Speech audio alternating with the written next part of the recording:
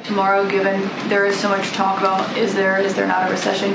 I asked this the other day. I just want to follow up. Is there a White House definition of what a recession looks like? We have talked about the National Bureau of Economic Research. They have the textbook definition of what that looks like. They look at it more broadly, as I just laid out, and so that's what we would point you to.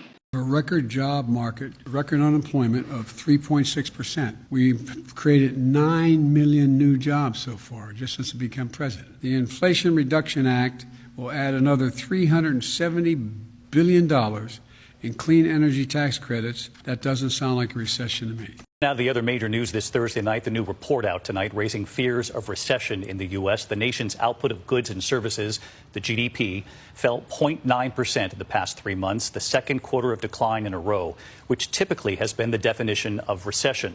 But tonight, President Biden pointing to other key factors, too, among them the jobs numbers, saying this economy isn't an easy one to label right now.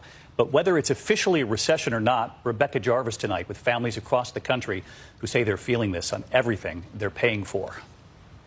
Tonight, whether you call it a recession or not, the U.S. economy is losing momentum. At the same time, American families are facing the highest inflation in a generation, hitting those on fixed incomes. Like the president said today that we're not going to be in a recession.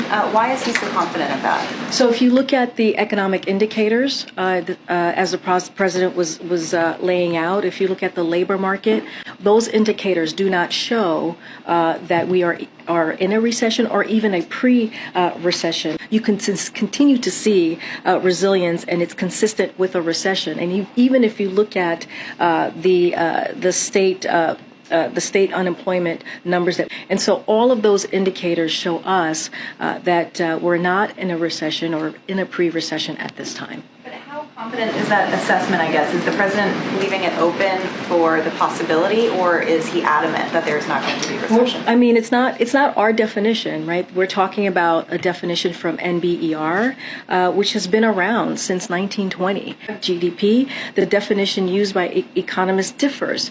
And so, again, NBER, they decide what the definition is. Well, a recession is 2 quarters in a row of negative growth. I don't think we're going to have that.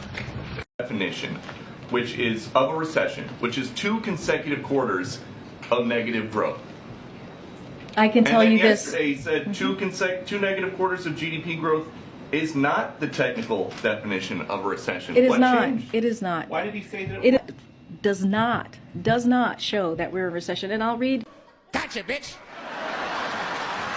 Everything's going up, but my paycheck is not. Kentucky single mom Asia Mabry saw her monthly rent soar from nearly $900 in May to over $1,200 in June, a more than $300 difference, forcing her to move. I am now in a 1-bedroom, and I am paying more than I was with the 2-bedroom. The Commerce Department reporting today that from April to June, consumer spending slowed, business investment fell, and stores slowed their restocking of shelves. President Biden taking an optimistic tone on the news. If you look at our job market, consumer spending, business investment, we see signs of economic progress in the second quarter as well.